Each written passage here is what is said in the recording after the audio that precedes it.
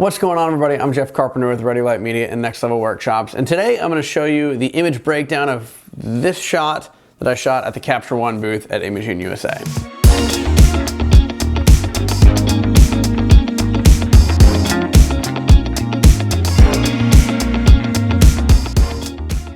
So I was recently up in Louisville for Imaging USA, and I was asked to speak at the Capture One booth.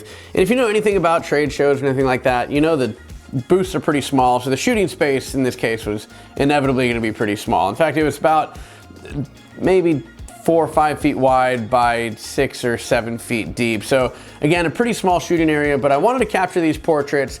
So let me run through the breakdown of kind of how I shot this image and what I did to kind of control the light and control the background just by moving some lights around. In this first shot, I just had a single Profoto B10, or I think it was a B10X actually, but that's not really important. What's important is I had a medium umbrella with diffusion, which comes into play a little bit later. And you can tell just by the catch light in her eye that it was angled, you know, center of the modifiers pointed directly at her. Off to the side a little bit, which created this, you know, a little bit of a loop light. One thing that was happening though is a lot of the exposure from the key light was throwing some light onto the background. So you can see a lot of exposure from the key light exposing the background. And with minimal space, I think this is a great looking shot. You know, I would be happy with this any other day. I would maybe bring the light around front and get rid of some of these shadows, you know, on her left side. But all in all, this is a pretty good shot, but we had some extra lights laying around, so I wanted to take a little bit more control. And one way to do that is by actually feathering the light away from the background. Obviously, with the limited space we had, I couldn't just move my model and my light and myself back until the light fell off and didn't expose the background. So we had to kind of play with the light and move it around a little bit. And by doing that, I was just able to feather the light towards me. And that shot looks like this. So we can see just by feathering the light towards me, all that exposure, not all the exposure in the background, but we were able to kind of control the exposure in the background significantly more than with the previous shot, aside from a little bit of exposure kind of on the right side of the frame. But the black side's almost completely dark, so we've got a lot more control of the background just by feathering that light towards me. And you'll notice too that the catch light changed a little bit. So actually the shape of the light changed by feathering it away. And because I was using an umbrella, it's hard to feather umbrellas, but when you throw diffusion on them, basically that just turns them into a softbox. So you're able to feather an umbrella that has diffusion, which is why I said the diffusion comes into play a little bit later. So in this case, we were able to feather it. The light pattern stayed relatively the same. It did darken up a little bit more on just this left side of her left side on the right side of the frame.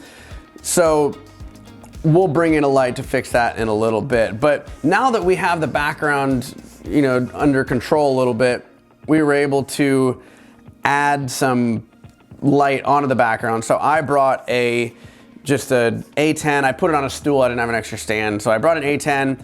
In this shot specifically, I just let the power where it was. It's a little overexposed because my eye kind of just goes directly to this section here, which we want our viewer to see here.